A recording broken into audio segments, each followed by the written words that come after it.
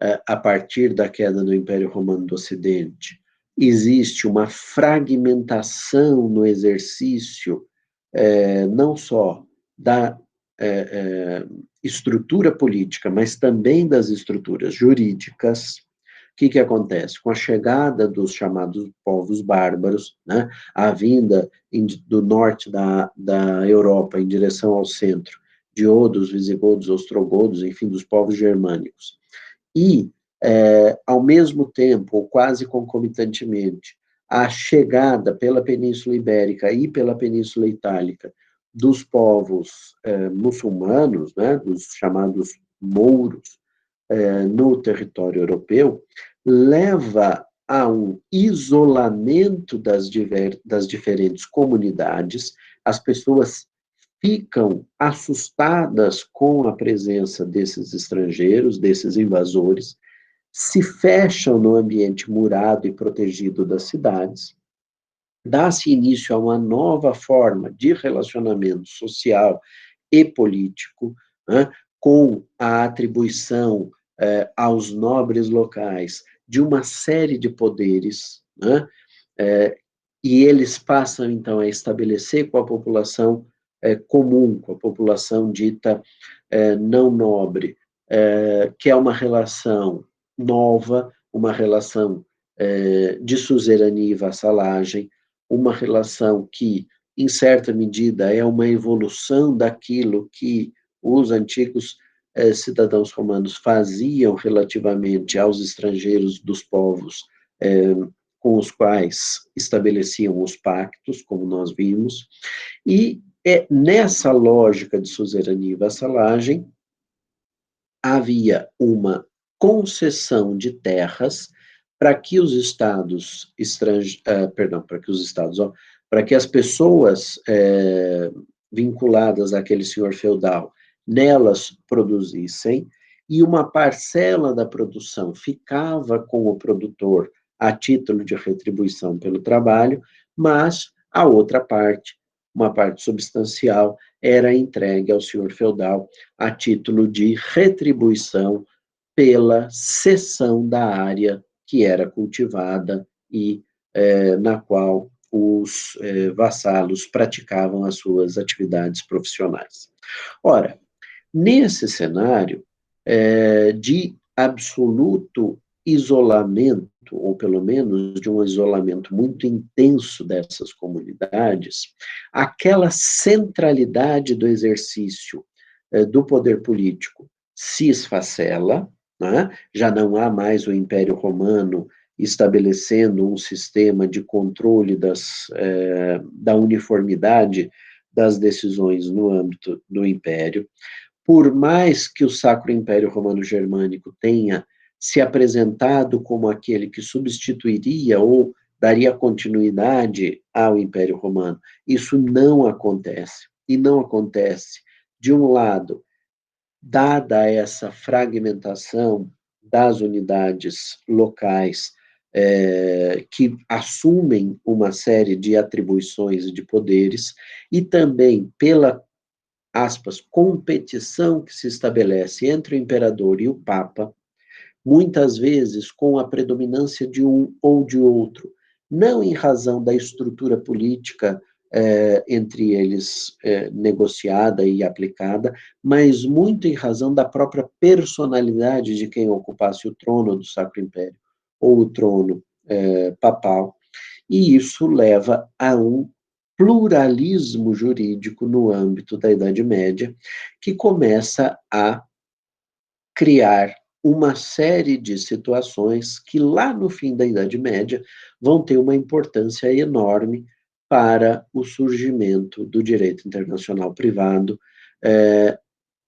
de um modo não material, quer dizer, a percepção, mais uma vez, da possibilidade de existirem relações jurídicas em que concorrem mais do que um ordenamento jurídico, em que concorrem normas de ordenamentos jurídicos diferentes, naquele mesmo ambiente, leva a uma circunstância em que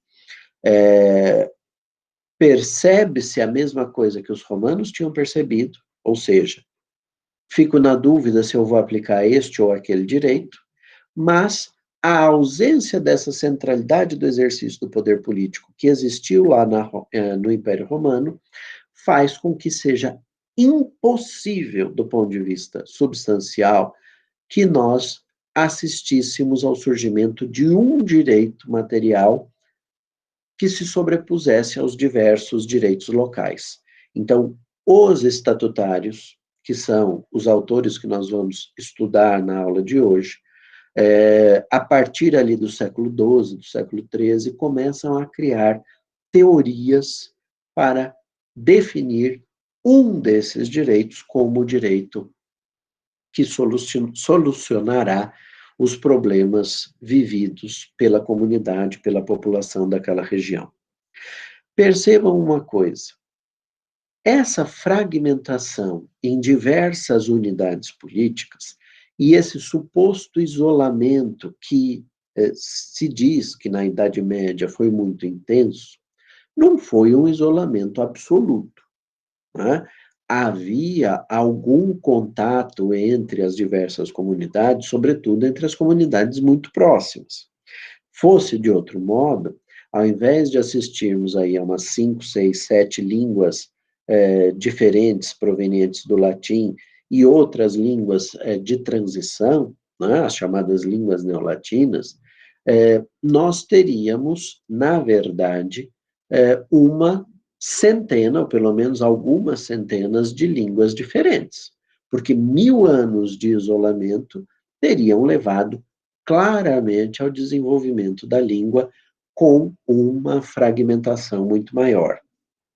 Aí vocês vão me dizer, bom, mas na Itália há um número enorme de dialetos. De fato, isso só comprova que o isolamento na Itália foi mais intenso do que foi na França, por exemplo, em que praticamente todo o território fala uma língua e uma única língua, né? Na Espanha também esse isolamento aparentemente pode ter sido mais intenso, porque lá você assiste ao surgimento não só do espanhol, do castelhano, mas também do catalão, do galego, que são duas línguas de transição. O galego é uma mistura do português com o espanhol, né? E o catalão apesar de ser uma língua autônoma, é uma língua que se assemelha em certa medida com o espanhol falado e com o francês escrito. Eu, quando estou diante de um texto em catalão, eu tenho a sensação que ele está escrito num francês diferente, mas quando eu ouço um catalão falando, né, se você está em Barcelona e liga a televisão, você ouve um espanhol muito diferente, né, porque a cadência da linguagem verbal, da linguagem oral, é muito parecida com a do espanhol, mas o texto escrito é mais parecido com o francês. E você tem também o basco. Sobre o basco eu sei muito pouco, mas é uma língua com influência celta, né? Dos povos que vieram ali das Ilhas Britânicas e conviveram naquela região da Espanha. Bom, isso para lhes dizer que, do mesmo modo que no âmbito linguístico esse isolamento não foi absoluto, no âmbito jurídico ele também não foi. Aquele direito romano que depois foi unificado no digesto, né, que foi transformado num conjunto de disposições que compuseram o Corpus Iuris Civile e as Institutas de Justiniano, e que eram aplicados até a queda do Império Romano do Ocidente de modo uniforme em todo o território e interpretados de forma uniforme, né, de modo uniforme em todo o território do Império Romano, esse direito foi sendo transmitido por tradição oral, né, por transferência oral, por ensinamentos orais pelos magistrados locais aos seus sucessores, o que, com o passar de diversas gerações, acaba diferenciando esse direito nas diversas localidades. Nós assistimos também a uma circunstância em que essa diferenciação é mais sensível quando eu comparo uma localidade com uma localidade mais distante. Agora, se eu quiser comparar duas localidades vizinhas, a evolução do direito, a transformação desse direito romano no direito local, no direito medieval, foi mais ou menos assemelhada. Além disso, há uma diferenciação temática. Se você parar para pensar, o direito das obrigações romano e o direito das obrigações brasileiro de 2020, perdão, não são assim tão diferentes. Há diferenças e há diferenças relevantes, é óbvio, mas eles não são assim tão diferentes, não há uma diferença tão intensa como aquela que existe quando eu comparo os mesmos direito romano e brasileiro de 2020 pelo viés do direito de família ou pelo viés do direito das sucessões, em que a evolução cultural, a evolução social foi relativamente mais intensa.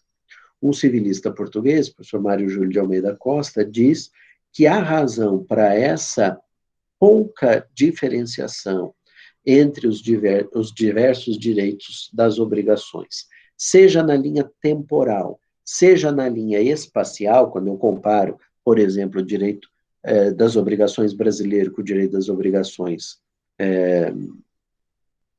mongol ou uzbek, eu percebo uma diferenciação, mas uma diferenciação que é menos intensa do que a diferenciação do direito de família. Do mesmo modo, mas isso tem uma razão. A razão é que o direito das obrigações precisou se manter, de algum modo, assemelhado no tempo e no espaço, para garantir a continuidade do comércio, para garantir a continuidade das negociações entre pessoas vinculadas a esses direitos que vão se especializando nas diversas localidades. Daí porque, no Renascimento Mercantil, quando aqueles vassalos que tinham assistido a uma queda na sua capacidade produtiva, queda essa decorrente de inúmeros fatores, diminuição do número de membros da família, porque a mortalidade era muito grande em razão das diversas doenças, as pessoas morriam mais cedo, e além disso, você tinha também um cansaço do solo em decorrência da cultura, da manutenção de uma mesma cultura agrícola no mesmo solo, que empobrece o solo, começa a diminuir o índice de produtividade. Isso faz com que os senhores feudais, apresentados a essa nova realidade, não querendo abrir mão das suas prerrogativas, comecem a cobrar uma parcela a ser entregue a eles cada vez maior, o que faz com que os vassalos fiquem numa situação sempre frágil diante do poder do senhor feudal, e isso desencadeia uma estratégia, que é a estratégia de você cada vez reservar, desviando mesmo uma parcela da sua produção para subsistência da sua família, e a partir dali você começa a desviar um pouco mais para começar a trocar com outros vassalos que fazem a mesma coisa, e tudo isso dá origem, claro que eu estou aqui simplificando, né, brutalmente as circunstâncias históricas, mas dá origem ao Renascimento Mercantil. Nesse Renascimento Mercantil, pessoas de origens diferentes, vinculadas a ordenamentos ou a normas jurídicas distintas, se encontram e entabulam negociações. As negociações contratuais, obrigacionais, elas basicamente seguem um mesmo roteiro. Há divergências? Há, mas são divergências menos sensíveis. Na hora em que dois comerciantes decidem contratar entre si o casamento dos seus filhos, prometendo o filho da sua família para a filha do comerciante vizinho, com o qual ele quer ter uma relação mais ampla, uma aliança mais intensa, e o casamento acaba sendo um mecanismo para reunir essas famílias, surge a dúvida: vou aplicar os costumes do meu povo ou os costumes do povo dele? né? E diante dessa questão, leva-se às universidades nascentes, ali pelos anos 1200, 1300, dependendo da região, a indagação de como resolver este concurso potencial de normas jurídicas, a circunstância de um dos membros da relação estar vinculado, por exemplo, ao direito de Módena, e o outro estar vinculado ao direito de Barcelona, e eu ficar na dúvida sobre qual dos dois costumes, ou até das leis, porque em algumas localidades as leis escritas começam também a aparecer, eu iria observar. E diante disso, os professores universitários da época, os chamados lentes, ao estudar o digesto, ao estudar as fontes romanas, percebem que não existiu uma solução que pudesse ser replicada na realidade local, na realidade atual, para a solução desses chamados fatos mistos, desses casos plurilocalizados.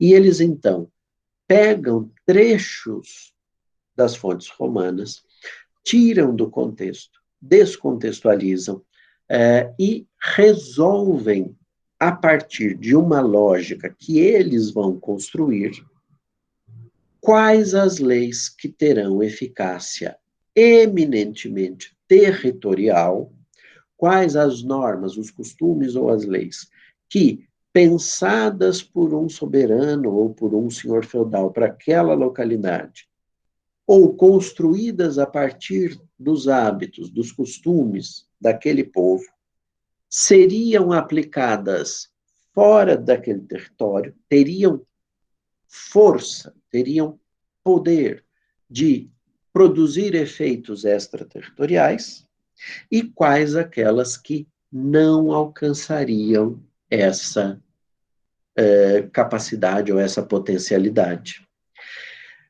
A lógica, então, que os autores medievais, que se dedicaram à solução dos conflitos de leis ou de normas no espaço, vão dar para as relações plurilocalizadas, é uma lógica de se perguntarem até onde as leis forjadas por um povo ou impostas a um povo pelo senhor feudal poderiam ter incidência para além das fronteiras daquele território para o qual foram pensados ou no qual foram sendo construídas.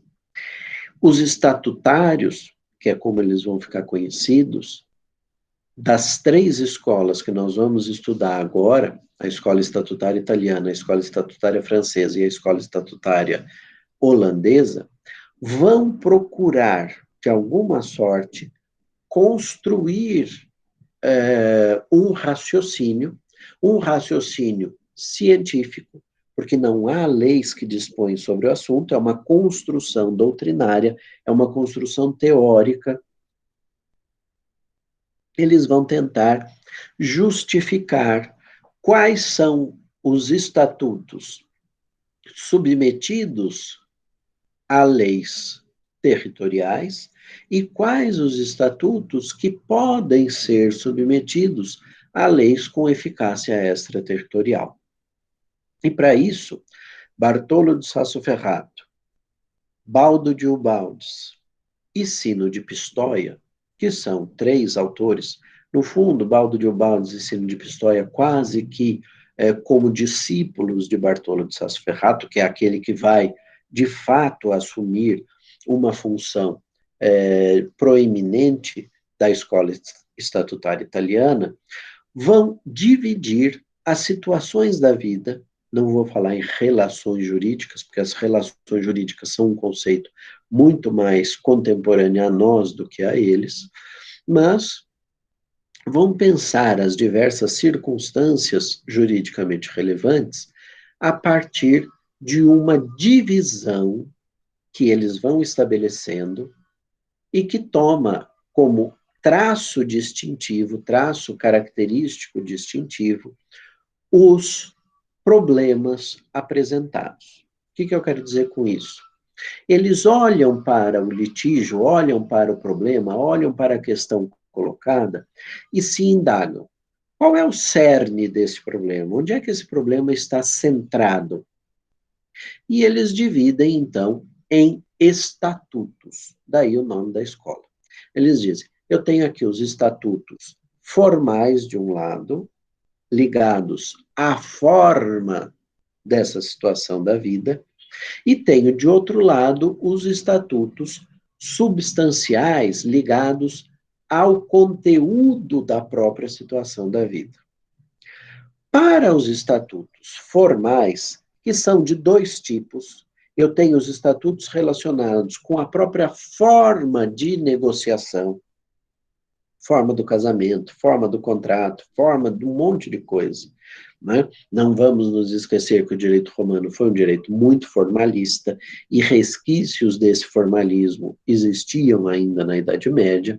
Então, os estatutos formais ligados às relações jurídicas e os estatutos formais ligados ao processo e ao procedimento de solução da controvérsia, aquilo que nós hoje chamaríamos de direito processual, esses estatutos, ambas as subdivisões, seriam vinculados às leis territoriais. São estatutos territoriais. O que isso significa? Significa que dois indivíduos, por exemplo, de origem em Munique, que vão se casar na cidade de Lyon, na França,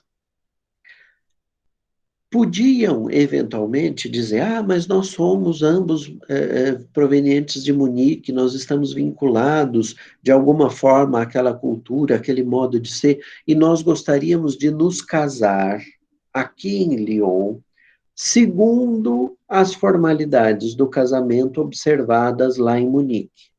A resposta é, não pode. Os estatutos formais são territoriais. Munique segue o seu procedimento de formalização do casamento e nós aqui seguimos o nosso. Se quer se casar aqui, tem que seguir, tem que observar as formalidades dos nossos costumes. Se quiser muito se casar pelos costumes de Munique, pode. Pega uma carroça, pega um animal, vai até lá, viaja até lá, casa lá e depois você volta, tá? Mas isso dá bem a dimensão de que os aspectos ligados à forma das relações jurídicas ou das situações juridicamente relevantes é regido por estatutos territoriais. A mesma coisa no que diz respeito ao processo. Se eu ponho um processo perante a autoridade competente na localidade onde eu me encontro e invoco a necessidade de se realizar um determinado juízo de Deus, uma determinada ordalha, né? E aquela realidade processual daquela localidade onde eu me encontro desconhece as ordalhas, já superou essa fase, já tem provas baseadas em algo material, em algo que convença a autoridade da veracidade daquilo que você está alegando, nesse caso, eu não vou conseguir que ele aceite obrigar o imputado, o processado, a andar sobre brasa quente, por exemplo, para ver se ele vai queimar o pé ou não, para saber se ele é culpado ou inocente. Tá? Isso porque as questões processuais também são regidas por normas territoriais, normas de alcance territorial. Para realizar a ordalha, eu tinha que ter produzido o processo lá naquele outro ordenamento onde isso é aceito. Não dá para viver nesse modelo, na realidade na qual eu estou inserido, porque esses aspectos são territorialmente regidos. No que diz respeito, por outro lado, às questões substanciais, às questões materiais, eles vão também proceder a uma subdivisão. De um lado, o problema é atinente à pessoa, e de outro lado, o problema é atinente ao objeto da relação jurídica. Quando o problema está vinculado ao objeto da relação jurídica, o que é que os estatutários italianos defenderão? a mesma coisa que eles defenderam com relação aos estatutos formais, fossem processuais, fossem de forma do ato ou negócio jurídico. Eles vão dizer que, para reger os objetos, as coisas, as res, para os estatutos reais, então, a lei é territorial. Imaginem vocês, então, que eu tenho um objeto em condomínio com um irmão meu, que nós recebemos de herança dos nossos ancestrais, dos nossos antecedentes. Esse objeto é um objeto que está situado, que está localizado em Munique, mas é um objeto de valor imóvel. Só que os costumes vigentes em Munique dizem que esse objeto é indivisível. Se ele é indivisível, não há outra saída para mim e para o meu irmão que não é de mantermos esse objeto em condomínio. Só que essa indivisibilidade é uma indivisibilidade normativa, que decorre da lei, e não da natureza própria do objeto. Naturalmente, ele poderia ser dividido, e ele não perderia valor jurídico, mas alguma norma específica que leve em consideração um valor típico da sociedade de Munique estabelece essa indivisibilidade. O que eu e meu irmão fazemos, já que o objeto é móvel? Transferimos esse objeto, por exemplo, para Zurique, e lá em Zurique nós dividimos o objeto, por quê? Porque como as questões reais são submetidas a leis que são eminentemente territoriais, a partir do momento que saiu do território de Munique, este objeto não é mais regido pelo direito local, aliás, é regido pelo direito do local onde ele estiver, mas ele não está mais em Munique. E a hora que eu termino o transporte, ele chegou em Zurique, e em Zurique ele é considerado um objeto divisível, nós vamos dividi-lo ao meio, entregando para cada um dos até então condôminos a sua parte que lhe cabe naquela propriedade, e isso, se um de nós quiser, nós podemos retornar com o objeto para Munique, e ele, a partir dali, volta a ser submetido às determinações do direito local e passa a ser considerado de novo indivisível, mas ele já foi dividido, já não há mais condomínio, então a situação se adequa a uma nova realidade. Isso para lhes dizer que os objetos, então, as leis que regem estatutos reais têm eficácia territorial. Professora, então tudo aqui está vinculado a uma eficácia territorial, forma do ato do negócio, processo, coisas, tudo territorial. Sim. Onde é que vai estar a diferença? Nos chamados estatutos pessoais, nas questões de fundo atinentes às pessoas. O que é que eles vão defender? E é o que vai ser seguido por muito tempo, até que a escola estatutária francesa e holandesa mudam um pouco essa lógica. Eles vão dizer que esses aspectos pessoais vinculados ao estatuto da pessoa são regidos, as leis que regem a pessoa são de eficácia extraterritorial. O que significa que eu, que sou originário, sei lá, de Módena, e decido me mudar para Barcelona e fixar o meu domicílio em Barcelona e começar uma nova vida em Barcelona, eu continuo regido pelo direito da minha origem. Até que, porque o que se fala na Idade Média não é nem nacionalidade, nem domicílio, mas é um outro conceito que desapareceu com o passar do tempo. E é que é um misto entre nacionalidade e domicílio, na verdade. É uma coisa muito própria do período, que é a chamada órigo. Órigo. A órigo não é nacionalidade, a órigo não é domicílio. Tá? ela é a origem do indivíduo.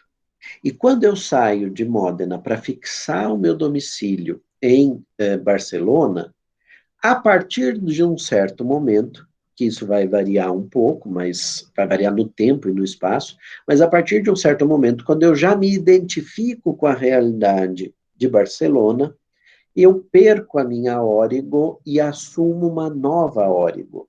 A minha Origo passa a ser a Origo local. Por isso que é um misto entre nacionalidade e domicílio. Não se fala ainda em nacionalidade, porque o Estado-nação ainda não apareceu, ainda não existe. Não se fala em domicílio, porque não é com a mudança de domicílio que eu mudo de regência, que aquela lei extraterritorial de Módena que eu trouxe comigo e que me acompanhou durante toda a viagem e vai me acompanhar por um tempo até que eu me ambiente em Barcelona e passe a ter identificação com as leis locais, quando então elas, vamos dizer assim, vão se apossar de mim e eu perderei o meu vínculo com a legislação que eu trouxe comigo, né? Mas para os viajantes, para aquelas pessoas que comerciavam, era extremamente importante que elas ficassem vinculadas às suas leis de origem, à sua Origo. E por isso a construção dos estatutários italianos no sentido de que, para os estatutos pessoais, para as questões atinentes à pessoa, todas as leis eram extraterritoriais. Elas produziam efeitos além do território da região ou do local para o qual elas foram pensadas e construídas e impostas.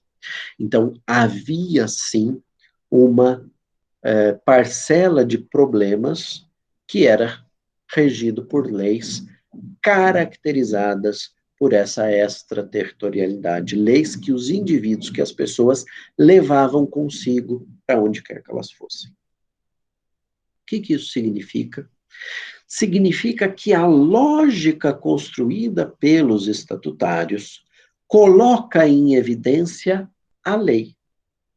Para este problema aqui, qual é a lei que a regerá? A lei que a rege tem, a lei do local onde o problema se apresentou, tem eficácia territorial ou extraterritorial? Ele se faz acompanhar de uma lei extraterritorial que ele trouxe consigo ou não? Então, a perspectiva dos estatutários italianos é na pessoa, é na lei, é na eficácia que essa lei é capaz de gerar. Se é uma eficácia eminentemente territorial ou se é uma eficácia que extrapola a linha divisória e atinge a pessoa em outros territórios. E a única lei extraterritorial, a única lei com eficácia extraterritorial na construção dos estatutários italianos é a norma, as leis que regem o estatuto pessoal. Tá? Essa escola estatutária italiana, então, teve como linha mestra de contribuição essa divisão das situações da vida em estatutos e na propositura de uma eficácia territorial ou extraterritorial para cada uma dessas divisões. Isso vai encontrar na escola estatutária francesa, num primeiro momento, e a partir da obra de um dos autores que a compõem, uma certa acolhida, mas acompanhado esse acolhimento de uma evolução doutrinária. O que vai acontecer? O autor, o primeiro autor da escola estatutária francesa é Charles Dumoulin. Charles Dumoulin é um autor que lecionava em Paris, era professor na Universidade de Paris e, ao mesmo tempo, era magistrado. Tinha uma função de juiz. E diante de um caso concreto que ele teve que resolver, que ele teve que analisar, ele se coloca diante de um problema em que ele fica na dúvida se a situação concreta que ele está analisando é estatuto pessoal ou é estatuto real. E essa dúvida faz com que ele construa a ideia de um estatuto misto. E esse estatuto misto, ele vai analisar e estudar a partir de um conceito que ele introduz para o direito. Ele é o responsável pela construção da ideia de autonomia de vontade, de autonomia privada. O que acontece na situação concreta?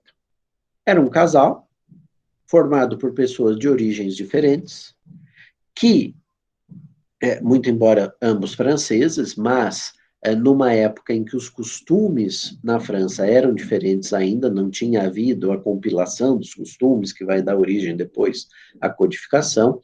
Então, no norte da França, vigorava um determinado costume, e no sul da França, um costume diferente no que diz respeito a regime de bens do casamento. Esse casal tinha se casado, tinha adquirido patrimônio, e no momento em que Dumoulin vai analisar a situação concreta, um dos membros do casal tinha morrido. Tinha morrido e esse patrimônio precisava ser dividido. Ele precisava entender o que fazia parte do patrimônio do decujus e o que era patrimônio do superstite, do sobrevivente. Para dividir esse patrimônio, ele precisava saber qual era o regime de bens do casal. Como não havia pacto antinupcial, como não havia informação do regime de bens adotado voluntariamente pelo casal, ele se põe diante de uma problemática. Primeiro, havia patrimônio tanto no sul quanto no norte da França. No sul era um patrimônio residual, um único bem, que estava em nome da mulher, em nome da esposa, e que ele precisava entender se era comum do casal ou se era exclusivo dela. O que isso significa? Esse casal, como eu disse, era formado por pessoas de origens diferentes.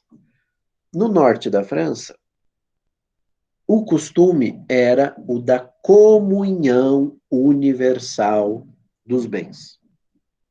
No sul da França, o regime costumeiro era o regime dotal.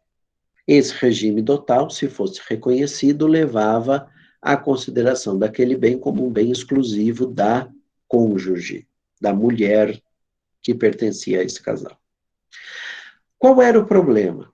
A ausência de normas, aliás, a ausência de prova do regime de bens, levava Dumoulin a não conseguir se convencer de que o regime fosse o da comunhão, que faria com que metade desse bem fosse do marido, nem o regime dotal, que faria com que esse bem fosse exclusivo da cônjuge sobrevivente. Porque no caso, e mais no caso concreto, curiosamente, quem morreu tinha sido a mulher. Então ele precisava saber se o marido tinha direito a metade, pelo menos, daquele patrimônio por determinação do regime de bens. E a outra metade, sendo dela, iria seguir as regras sucessórias. Diante dessa dúvida, ele diz, olha, eu vou presumir que o regime desse casal era o regime da comunhão universal. Por que o regime da comunhão?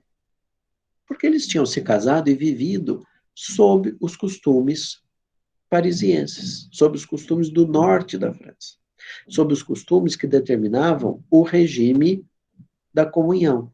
Então, ele presume que as partes não fizeram pacto antinupcial, não fizeram, como eu disse, porque eles estavam satisfeitos com a incidência dos costumes do local onde eles iam viver. Agora, esse aspecto da submissão aos costumes por uma presunção de que essa tenha sido a vontade das partes, dá origem à teoria da autonomia da privada, autonomia privada no âmbito do direito internacional privado, tá? Por que isso? Imaginem que eu e o Augusto negociamos um contrato aqui entre nós. O contrato, como vocês sabem, é um negócio jurídico, um nec ossium jurídico, né? Um modo de relacionamento entre indivíduos que, no silêncio das partes, assistirá à incidência das determinações legais. Mas, se as partes não quiserem ficar ociosas, se elas negociarem, se elas negociarem, elas conseguem mudar aquilo que está determinado na lei. E mudam por quê? Porque o que está determinado na lei é meramente supletivo da vontade das partes. Via de regra, as pessoas estão livres para determinar as consequências da sua negociação. Claro que há limites, né? Há elementos que são considerados elementos que categorizam aquele tipo contratual, por exemplo, e que são inderrogáveis, que as partes não podem afastar por vontade. Assim, por exemplo, o preço para o contrato de compra e venda. Mas a tradição e o pagamento concomitante do preço, isso é plenamente derrogável. Por isso que eu vou numa loja de departamentos, compro uma geladeira e não preciso carregar a geladeira nas costas, levando-a para minha casa.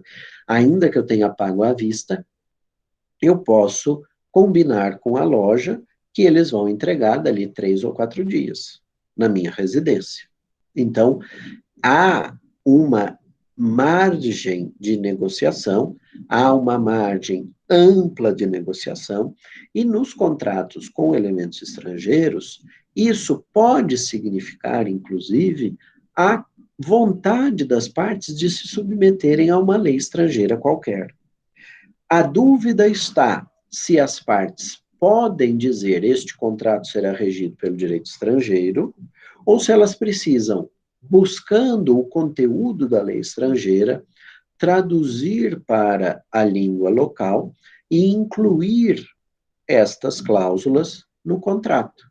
Então, na minha negociação com o Augusto, nós decidimos que o nosso contrato precisaria, para nós atingirmos os nossos objetivos, e vejam que há uma negociação, não é um contrato de adesão, não há uma imposição de uma das partes à outra.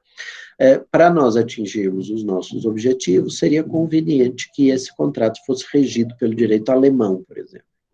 Então, o que nós podemos fazer? Traduzir as leis alemãs, as disposições normativas alemãs sobre esse tipo contratual e inserir no nosso contrato como cláusulas. Isso é possível? É. Desde que isso não modifique um elemento categorial inderrogável daquele tipo contratual, isso é plenamente viável.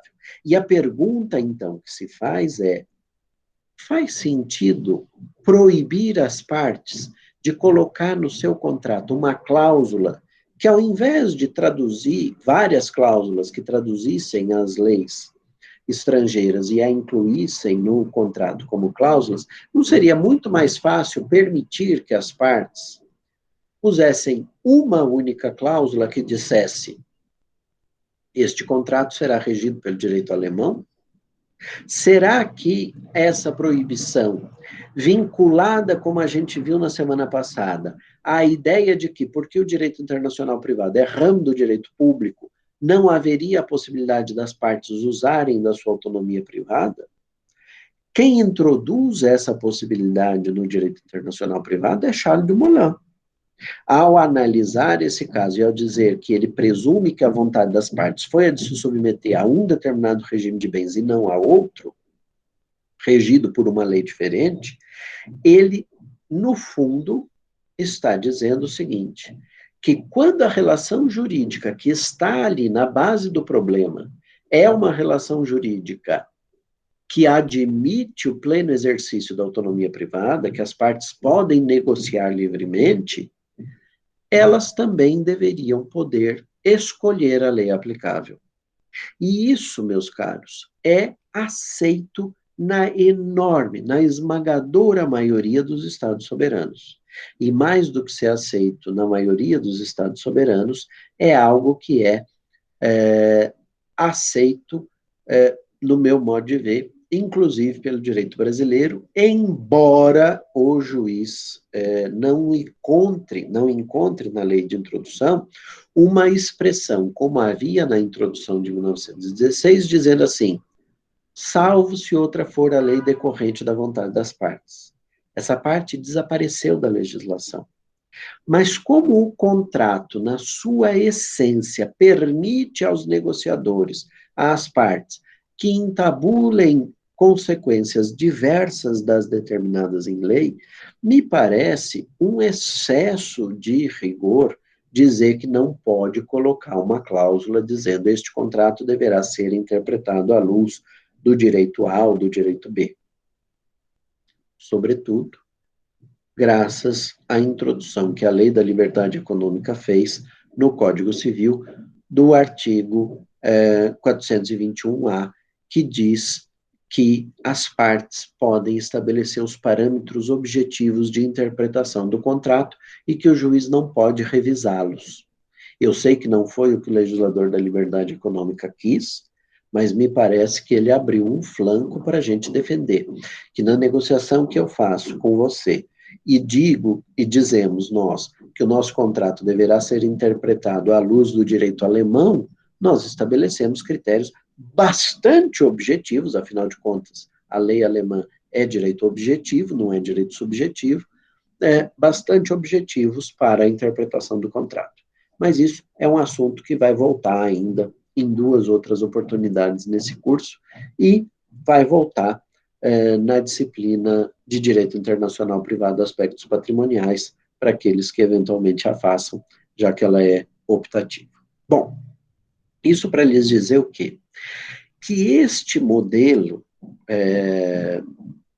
previsto por Dumoulin muda um pouco a lógica do direito internacional privado. Aquela ideia que até então se tinha de que as leis eram territoriais ou extraterritoriais pela sua própria essência, acabava podendo ser alterado pela manifestação de vontade das partes. Eu podia estar diante de uma relação jurídica que era classificada como uma relação real, teoricamente submissível, então, ao direito do local onde nós celebrássemos, porque esse direito tem eficácia territorial, assim como os outros que regem esse aspecto, e esses outros direitos territoriais não conseguem alcançar a minha relação jurídica vinculada àquele estado, àquela localidade A, eu podia, na negociação, dizer, vamos aplicar o direito de B, vamos aplicar os costumes vigentes em B. Ao fazê-lo, nós mudávamos a eficácia territorial da lei de B, porque um contrato celebrado em A passaria a ser regido por B. Essa mudança se contrapõe brutalmente a um desenvolvimento subsequente no âmbito da escola estatutária francesa, que é o desenvolvimento que vai ser estabelecido por Bertrand d'Argentré.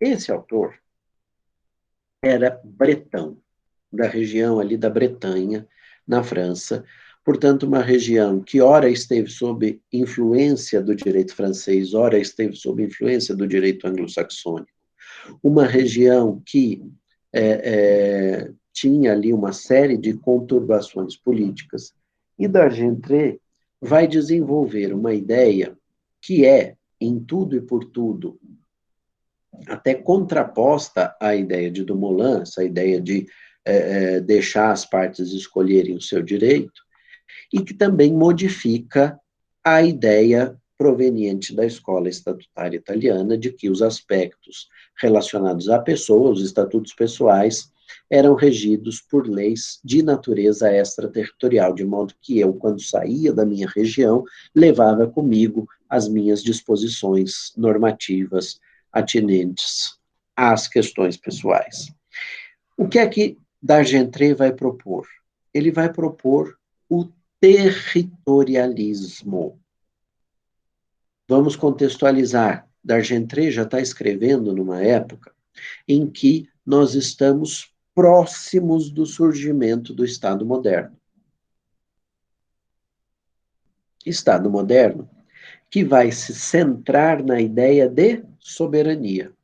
E essa ideia de soberania, estabelecida pelos teóricos do direito internacional público, da ciência política, da teoria do Estado, vai caracterizar nas relações internacionais uma equiparação entre os Estados, uma igualdade formal.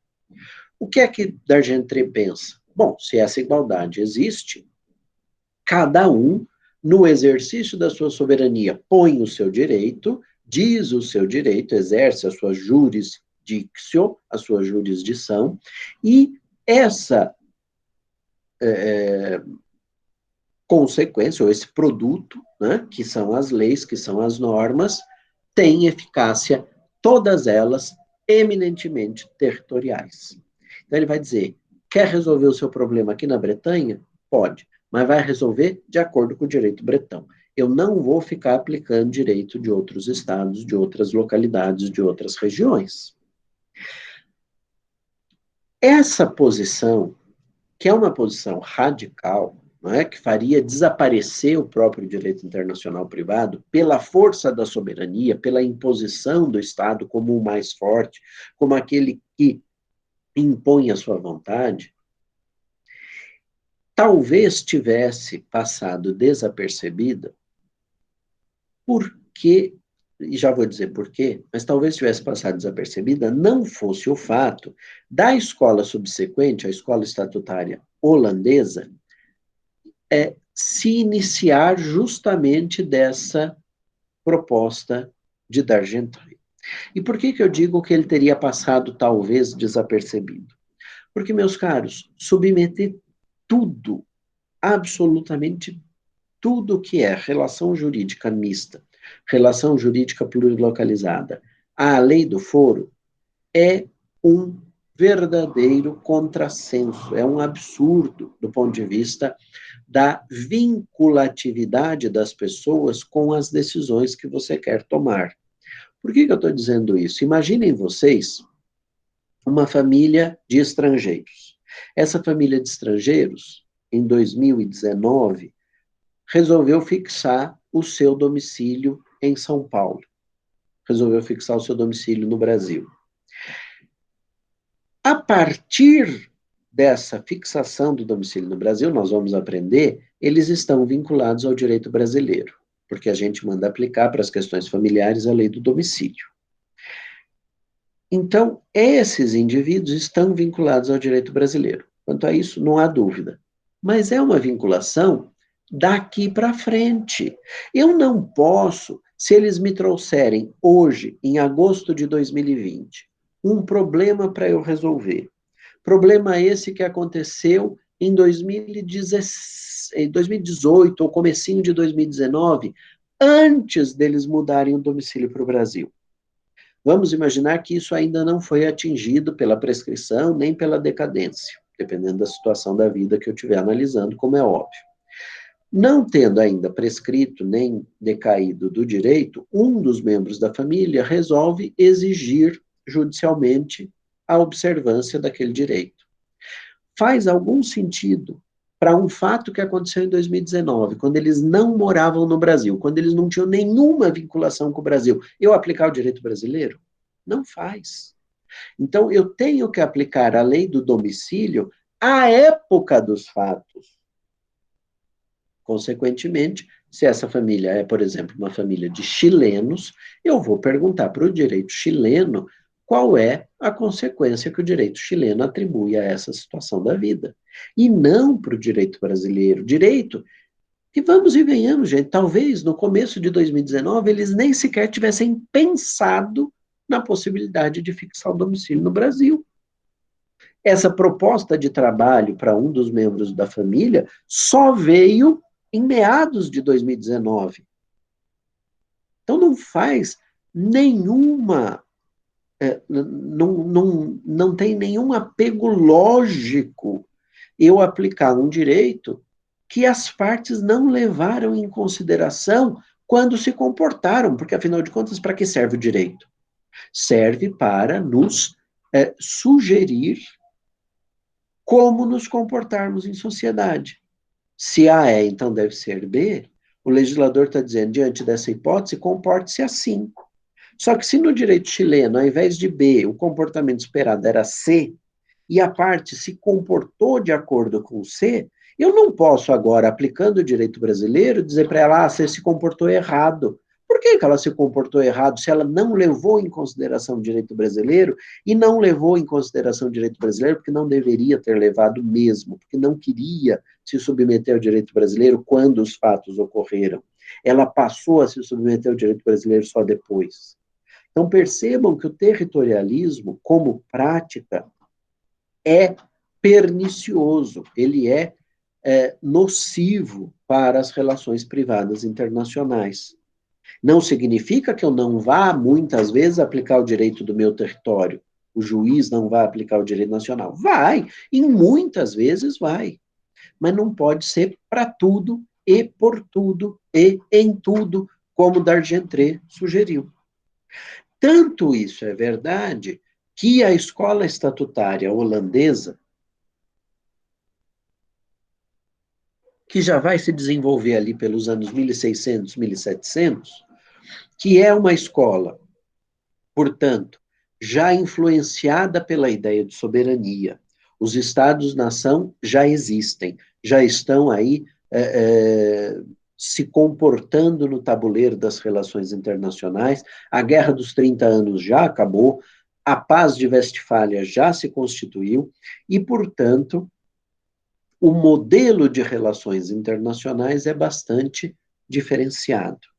E nesse modelo de relações internacionais, esses estatutários holandeses, Ulrich Huber e Johannes e Paulus Voet, são dois parentes, né, pai e filho, eles colocam a ênfase, de um lado, na soberania e defendem a territorialidade da incidência das leis, o territorialismo, tal qual D'Argentré. Mas eles deixam uma porta aberta, uma válvula de escape, baseada na ideia das relações amistosas entre as nações, do estabelecimento de alianças entre as nações, que é a válvula da comitas gentium, da cortesia internacional. O que eles defendem? Eles dizem, olha, via de regra, como reflexo da soberania, cada juiz aplica a sua própria lei. Mas, dependendo das circunstâncias, dependendo do nível de interação que o meu Estado soberano tenha com o seu Estado soberano, nessa relação privada em que estão em concurso potencialmente aplicáveis o meu direito e o seu direito, o juiz é livre para aplicar o direito que ele achar mais conveniente. Eles retomam, inclusive, uma passagem de um teórico italiano, Magister Auricus, é a ideia de comitas gentium, Eduardo, tá? Deixa eu escrever aqui para vocês. Comitas gentium.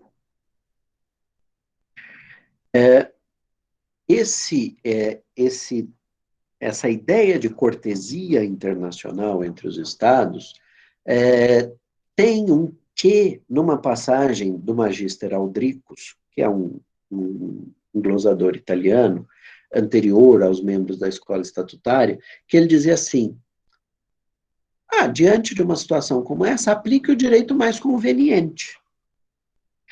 Fica muito subjetivo, vocês compreendem?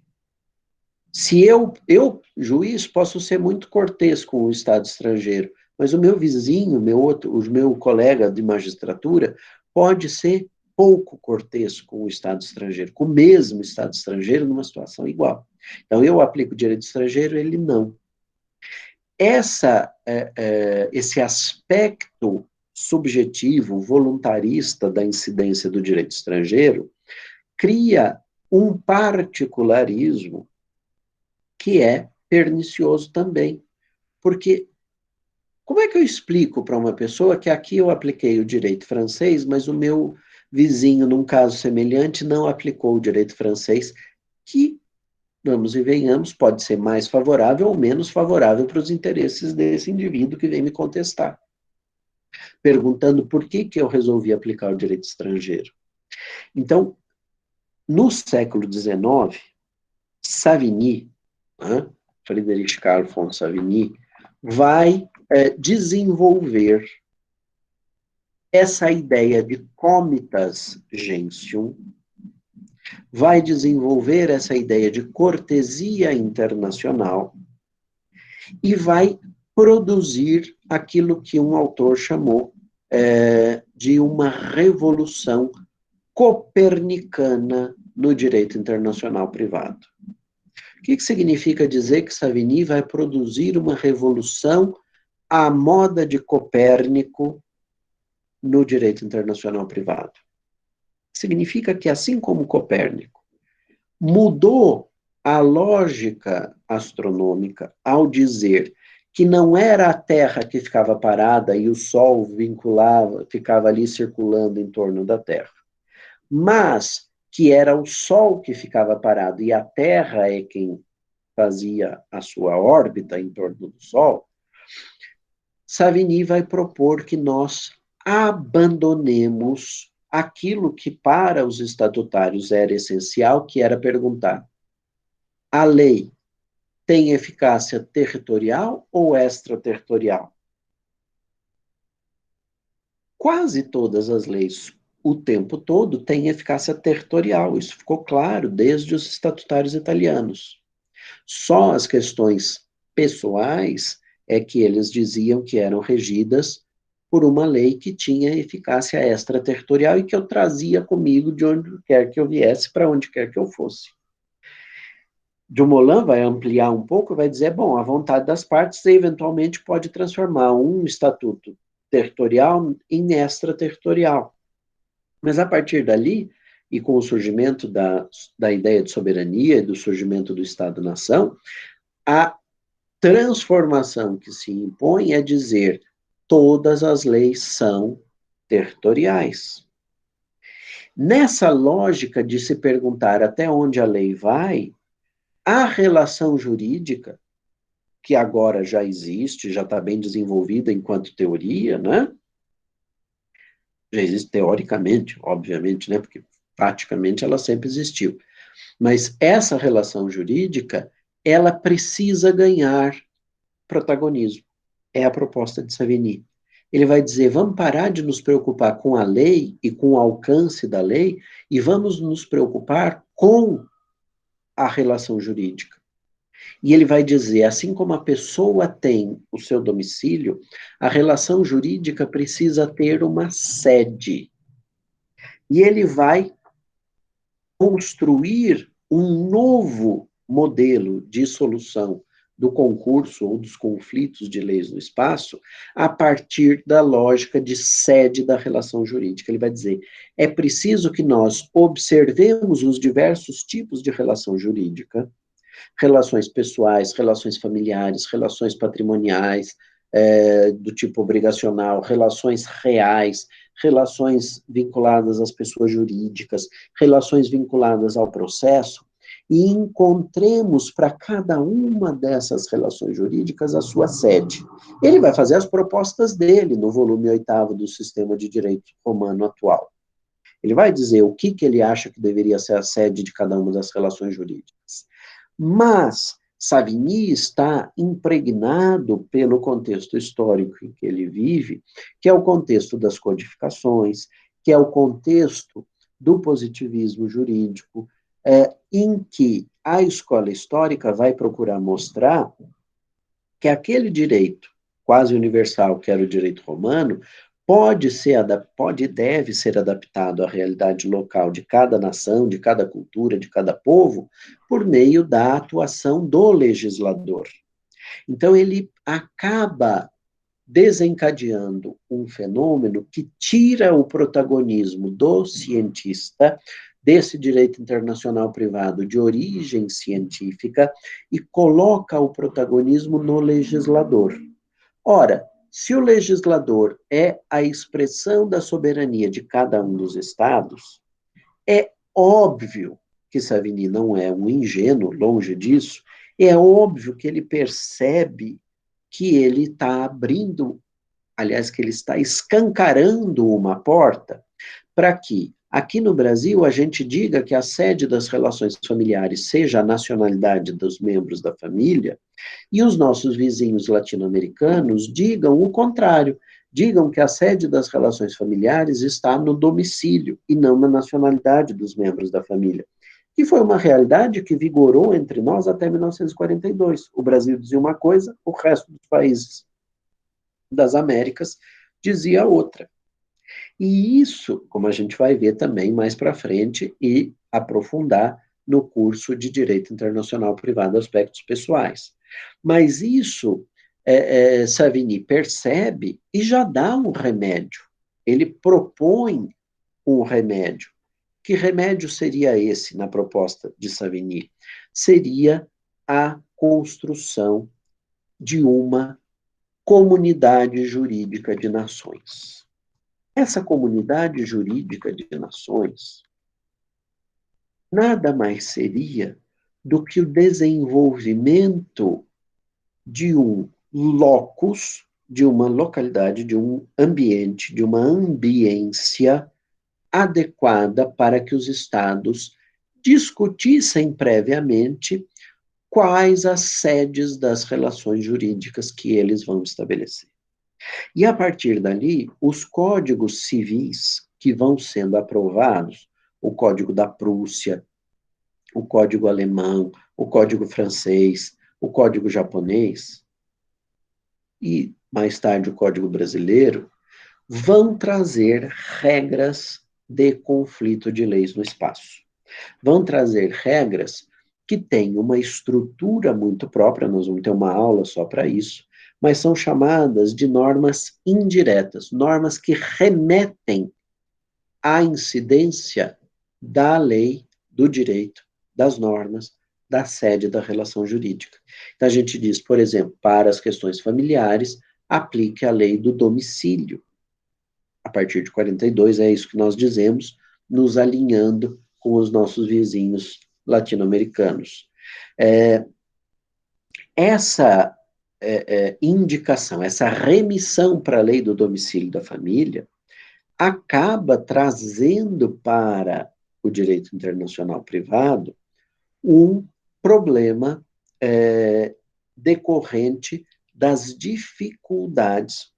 Esse é um exemplo só, né? Mas essa estrutura normativa de dizer, para esse tipo de relação jurídica, a sede é essa, e a atribuição para que o legislador dissesse qual seria a sede, traz para o direito internacional privado um problema que decorre da dificuldade de estabelecer essa tal comunidade jurídica de nações, que Savigny propõe, mas não diz como alcançar. Quem vai fazer isso são outros autores que eu vou falar daqui a pouco. Ele vai propor a comunidade jurídica de nações, mas quando ela não é alcançada, quando os estados não convergem e dizem, tá certo, para as relações familiares tem mesmo que ser a lei do domicílio e não da nacionalidade, mas ao contrário, se opõe e metade escolhe o domicílio, metade escolhe a nacionalidade, vocês não terão dificuldade, mesmo sem saber muito bem ainda como a gente vai lidar com esses problemas ao longo do curso, vocês não têm dificuldade de entender quando eu disser para vocês o seguinte: um italiano domiciliado no Brasil, aqui no Brasil é submetido ao direito brasileiro, porque nós aplicamos a lei do domicílio. Mas na Itália, ele é submetido ao direito italiano, porque na Itália eles aplicam a lei da nacionalidade. Ao contrário, um brasileiro domiciliado na Itália é submetido ao direito brasileiro. E aqui no Brasil é submetido ao direito italiano. Mas ele é brasileiro. Mas ele escolheu viver na Itália. Ele é submetido ao direito italiano, porque nós indicamos como sede das relações pessoais, dos aspectos pessoais, da personalidade, da capacidade, a lei do domicílio do indivíduo. Consequência, isso abre para esse indivíduo, para esses dois indivíduos, escolherem onde vão resolver ou tentar resolver o seu problema a partir do resultado material que o direito italiano e que o direito brasileiro impõem à situação. Os direitos são diferentes. Fossem iguais, não haveria problema. Mas eles são diferentes. Um pode, por exemplo, atribuir plena capacidade aos 18, o outro aos 21. Se eu quero continuar relativamente incapaz por mais tempo, eu procuro o ordenamento jurídico, o judiciário, que aplicará a lei que me dá a maioridade mais tarde, e vice-versa. Não é um exemplo lá muito bom, porque, obviamente, esse aspecto da personalidade vai ter uma incidência local, como a gente vai aprender depois. Mas fica, por enquanto, como uma demonstração de que eu posso, com o modelo saviniano, com o modelo estabelecido por Savigny, que atribui ao legislador a competência para definir as sedes das relações jurídicas, eu passo a ter a possibilidade de assistir a situações jurídicas idênticas com resultados diferentes. Algo que não era tão possível assim na fase científica da disciplina, em que todo mundo mais ou menos caminhava na mesma direção. Tá bom, Gustavo, mas então como é que nós vamos construir essa tal sociedade jurídica de nações para que os estados negociem qual a sede que eles vão escolher? A resposta vocês já têm. Está lá no Direito Internacional Público, uma disciplina que vocês já estudaram. Lá no Direito Internacional Público, a internacionalidade está na produção normativa. Vamos produzir normas de direito internacional público. Vamos produzir tratados que tenham por objeto a temática do direito internacional privado e que, por meio desses tratados, os estados assumam o compromisso de indicarem, de observarem todos a mesma sede. Quem é que vai fazer essa proposição na prática? É um outro autor, um pouco mais jovem, um pouco, que aparece um pouco depois na linha do tempo, no direito internacional privado, mas é contemporâneo de Savigny, eles têm vidas cruzadas, vamos dizer assim, que é Mantini, Pasquale Stanislau Mantini, um professor italiano, também um político italiano, que exerceu algumas funções, dentre as quais a função de ministro das Relações Exteriores na Itália, e que vai, quando ministro das Relações Exteriores, convocar os estados estrangeiros a irem à Itália numa conferência, numa reunião de estados, para negociarem as conexões das sedes das relações jurídicas, as indicações, os elementos de conexão que vincularão a situação da vida à sede da relação jurídica. Elemento de conexão é um conceito que nós ainda vamos aprender e que vai aparecer inúmeras vezes nas nossas próximas aulas, tá?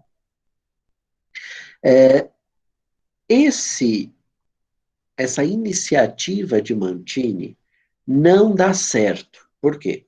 A Itália está numa convulsão, está num problema econômico, social muito intenso, está vivenciando ainda a sua unificação, a tentativa de forjar o conceito e os padrões da nacionalidade italiana.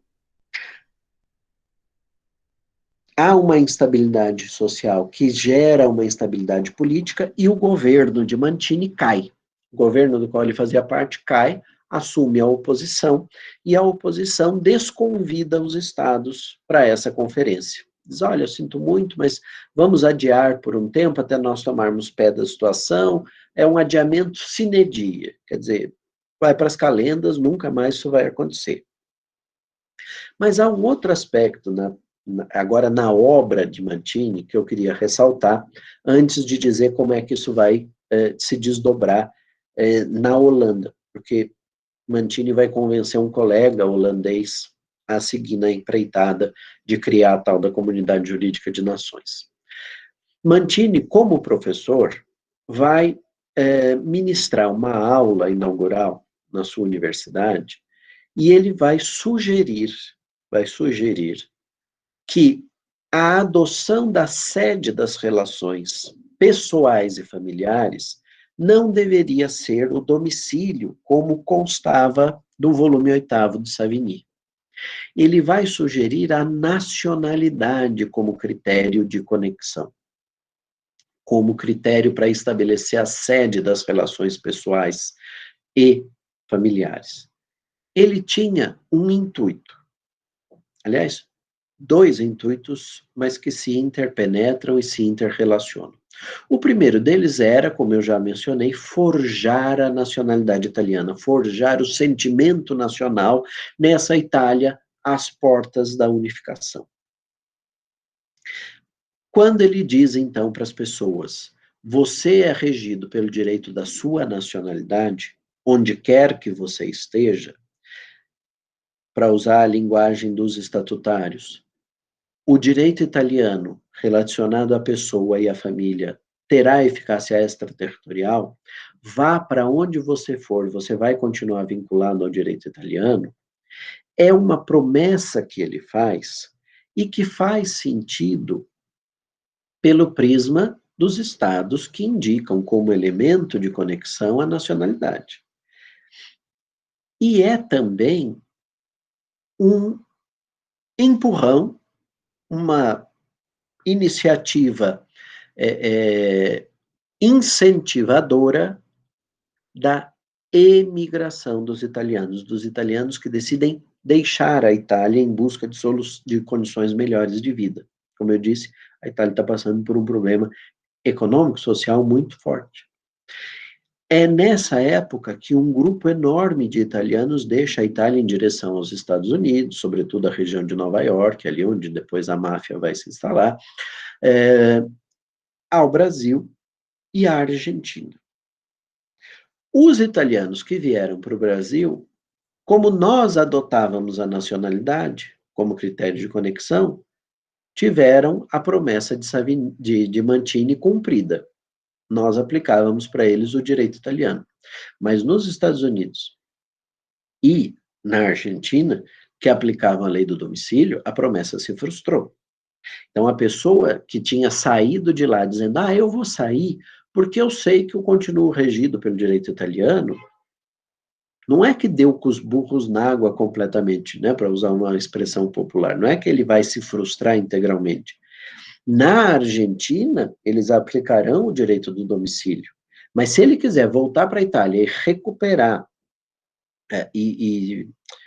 reclamar, melhor dizendo, a questão no direito italiano, no judiciário italiano, o juiz italiano vai dizer, você, enquanto foi embora, ficou regido pela lei nacional, e vai aplicar o direito italiano para ele. Mas aqui, porque não existe a tal comunidade jurídica de nações, na América, a Argentina e os Estados Unidos aplicavam a lei do domicílio. E nós, a partir de 42, também passamos a aplicar a lei do domicílio. Tá?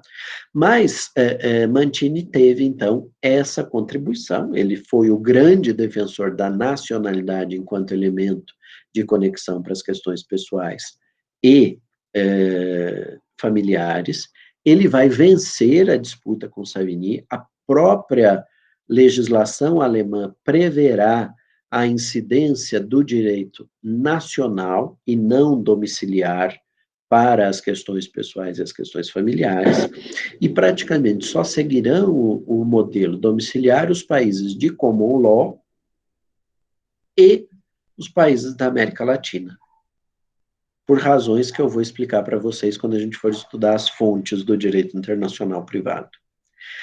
Agora, percebam o seguinte,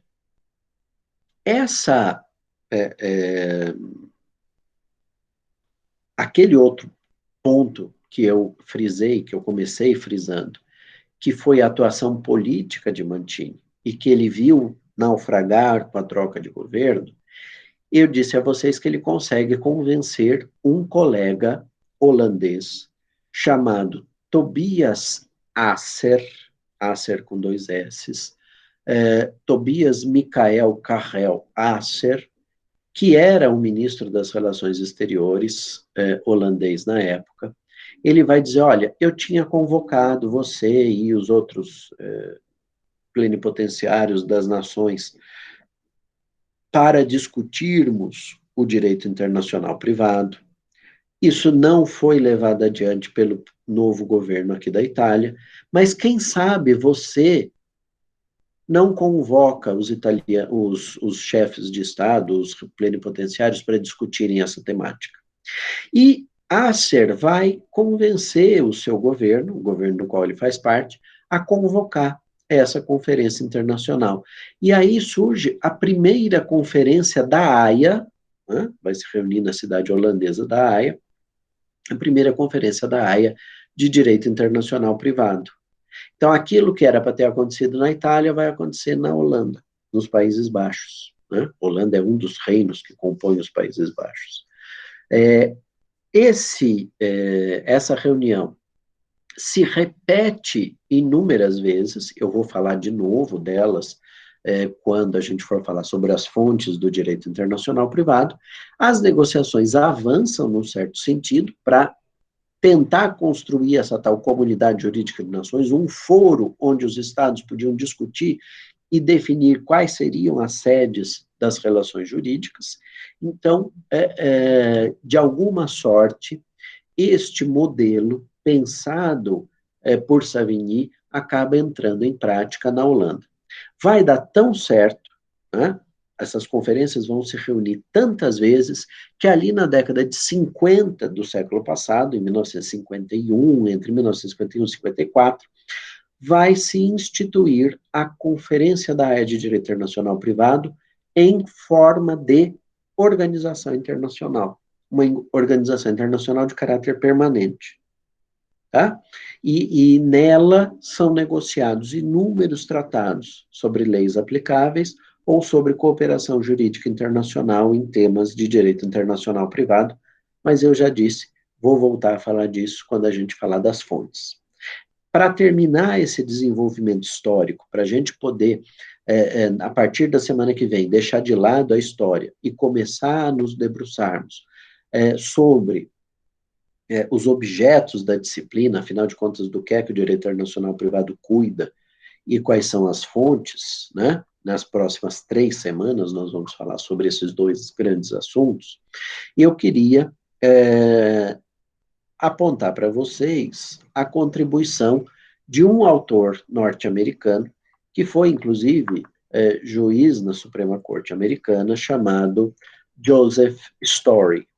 Esse autor foi quem cunhou a expressão direito internacional privado. Eu já mencionei, acho a vocês, que a nomenclatura usada usualmente no direito, nos estados com sistema jurídico de common law, é conflict of laws. Né? Não se fala em private international law, muito embora essa expressão, essa nomenclatura tenha sido cunhada por Story. Tá? Mas, quando ele batiza a disciplina assim, os países europeus continentais gostam da expressão e as diversas traduções do Private International Law acabam sendo adotadas como nomenclatura da disciplina. Então, direito internacional privado, direito internacional privado, droit international privé, internationales Privatrecht no alemão, direito internacional e privado no italiano, acaba sendo a nomenclatura mais usual. Os países de common law preferem, muito embora às vezes usem o direito internacional privado, preferem falar em conflito de leis, tá?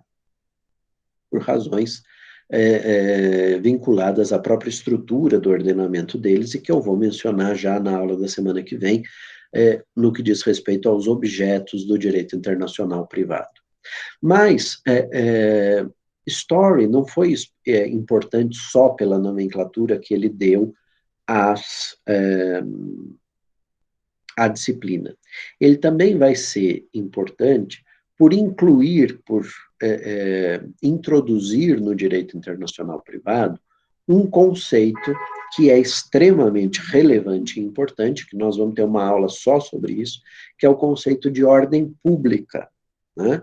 A public policy dos americanos, dos britânicos. Esse conceito da ordem pública tem uma origem em Bartolo de Sassuferrato.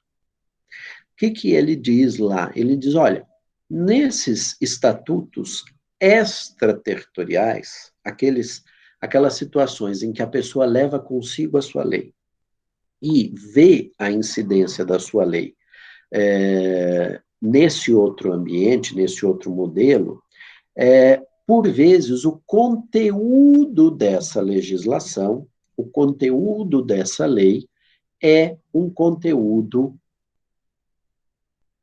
chocante. É um conteúdo que agride os valores daquela comunidade na qual ela precisa ser aplicada. O conteúdo precisa ser aplicado. Então, esse estatuto extraterritorial se torna, dizem os estatutários italianos, um estatuto odioso. Né? E esse estatuto odioso, aquilo que for odioso para os valores da sua comunidade, você pode não aplicar. Não aplicar.